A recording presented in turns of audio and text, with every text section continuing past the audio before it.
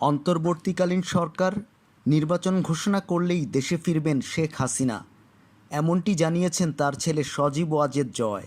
যদিও এর আগে জয় বলেছিলেন হাসিনা আর কখনোই রাজনীতি করবেন না।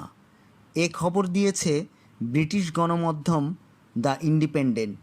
এতে বলা হয়, দীর্ঘ 15 বছর টানা ক্ষমতায় থাকার পর গত 5ই আগস্ট হাসিনাকে ক্ষমতাচ্যুত করে দেশটির জনগণ।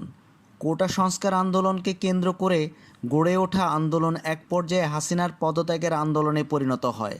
পরে পরিস্থিতি নিয়ন্ত্রণে আনতে কারফিউ দিয়ে সেনা নামানোর পরেও আন্দোলন দমাতে পারেনি 76 বছর বয়সের সাবেক ওই প্রধানমন্ত্রী। গত সোমবার তার পদত্যাগের দাবিতে ঢাকার রাস্তায় লাখ লাখ মানুষের ঢল নামে।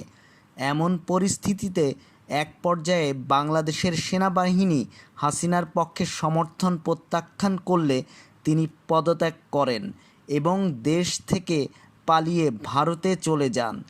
এরপর হাসিনা পুত্র সজীব ওয়াজেদ জয় বলেছিলেন হাসিনা আর কখনোই রাজনীতিতে আসবেন না। কিন্তু ওই বক্তব্যের রেশ কাটতে না কাটতেই তিনি নতুন তথ্য দিলেন। তিনি বলেছেন হাসিনা এখন ভারতে আছেন, কিন্তু অন্তর্বর্তীকালীন সরকার নির্বাচনের ঘোষণা দিলেই তিনি বাংলাদেশে ফিরে আসবেন। টাইমস অফ ইন্ডিয়ার এক সাক্ষাৎকারে জয় বলেন, হাসিনা এই টার্ম শেষ হলেই রাজনীতি থেকে অবসরে যেতেন।